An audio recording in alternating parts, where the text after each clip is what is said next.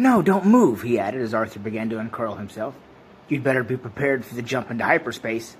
It's unpleasantly like being drunk." "What's so unpleasant about being drunk?" "You ask a glass of water." Arthur thought about this. "Ford," he said. "Yeah?" "What's this fish doing in my ear?"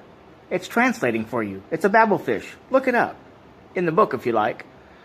He tossed over the Hitchhiker's Guide to the Galaxy, and then curled up into a fetal ball to prepare himself for the jump. At that moment, the bottom fell out of Arthur's mind. His eyes turned inside out. His feet began to leak out the top of his head. The room folded flat around him, spun around, shifted out of existence, and then left him sliding into his own navel.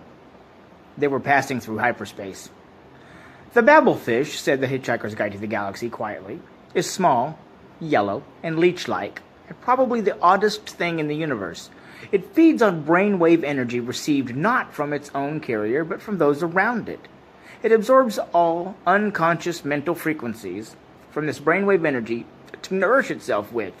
It then excretes into the mind of its carrier a telepathic matrix formed by combining the conscious thought frequencies with nerve signals picked up from the speech centers of the brain, which has supplied them.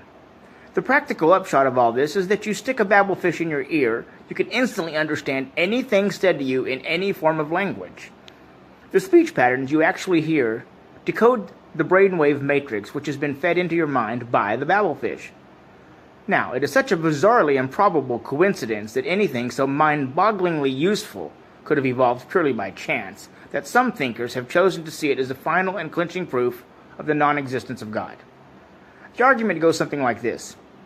"I refuse to prove that I exist," says God, "for proof denies faith, and without faith I am nothing. But," says man, "the babblefish is a dead giveaway, isn't it? It could not have evolved by chance. It proves you exist, so therefore, by your own arguments, you don't. QED. "Oh dear," says God, "I hadn't quite thought of that," and promptly vanishes in a puff of logic.